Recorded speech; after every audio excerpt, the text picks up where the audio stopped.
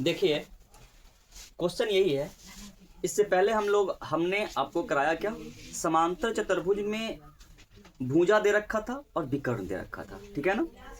इसमें भी क्या है कि समचतुर्भुज है, समचतुर्भुज की भुजा दे रखा है और एक विकर्ण दे रखा है। आप इसको भी हीरोन सूत्र से निकाल सकते हो, तो हीरोन सूत्र से आप निकालिएगा, मैं दूसरा तरीका बता रहा हूं, ठीक है ना। जैसे कि देखिए सबसे पहली बात क्वेश्चन को पढ़िए। क्वेश्चन कह रहा है कि एक समचतुर्भुज की प्रत्येक भुजा 10 मीटर है और इसकी एक विकर्ण की लंबाई 16 मीटर है, तो समचतुर्भुज का क्षेत्रफल ज्ञात करें। क्लियर है। तो देखिए कि अगर हम एक समचतुर्भुज बनाते हैं, समचतुर्भुज का मतलब है कि इसके ना प्रत्येक भुजा क्या होगा, बराबर होगा, ठीक है ना। प्रत्येक भुजा बराबर होगा। देखिए एक इसकी भुजा जो है आपका 10 मीटर का है, सब भुजा, ठीक ना, 10 मीटर है, 10 मीटर। इसकी एक विकर्ण जो है ना, एक विकर्ण आपको कितना दे रखा है, 16 मीटर दे रखा है, ठीक है। तो एक विकर्ण इसका क्या है, 16 मीटर है। बात के गहराई को समझिएगा।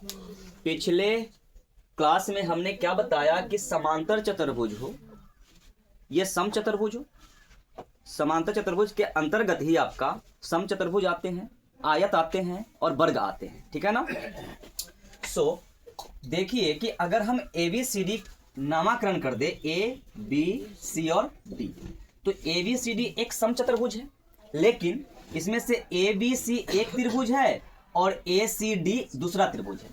तो दोनों त्रिभुज का माप देखिए कि सेम आ रहा है ना, कि 10 मीटर 10 मीटर और 16 मीटर इसका माप है, 10 मीटर 10 मीटर और 16 मीटर इसका माप है ना।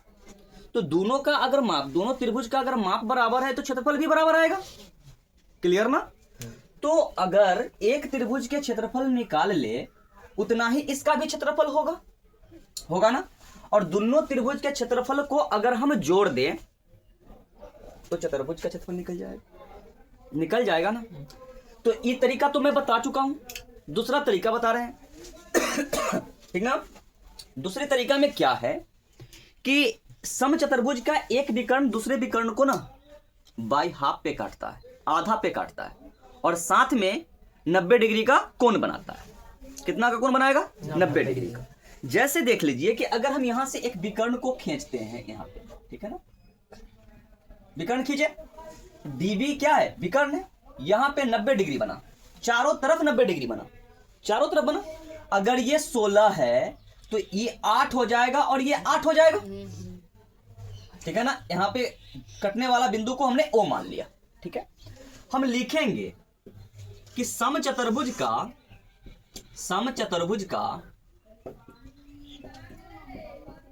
विकर्ण एक दूसरे को समकोण पर, समकोण मतलब 90 डिग्री, समकोण पर काटती है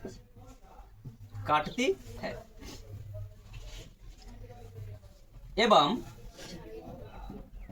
विकर्ण को दो बराबर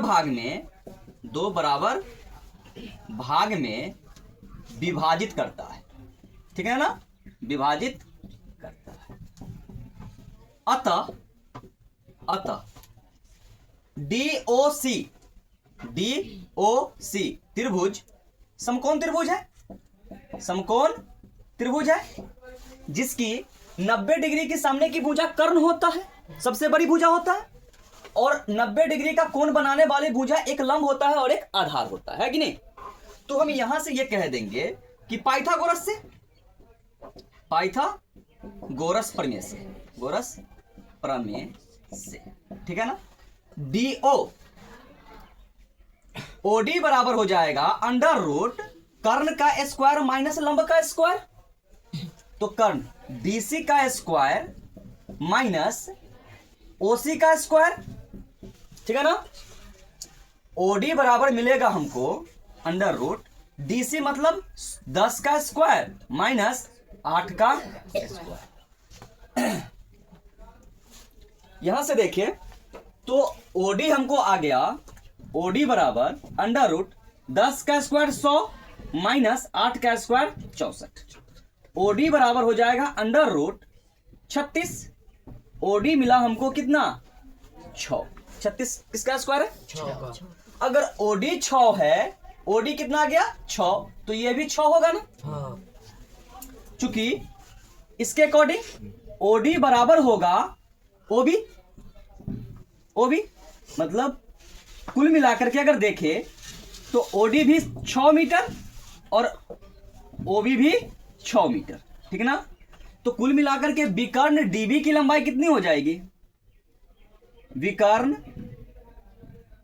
डीबी बराबर हो गया, डीबी बराबर ओडी प्लस ओबी है ना, ओडी इतना और ओबी इतना, ओडी प्लस ओबी, ठीक है ना। तो विकर्ण डीबी का माप हो गया 6 प्लस 6 मीटर, मतलब डीबी बराबर हो गया हमको 12 मीटर, ठीक है ना।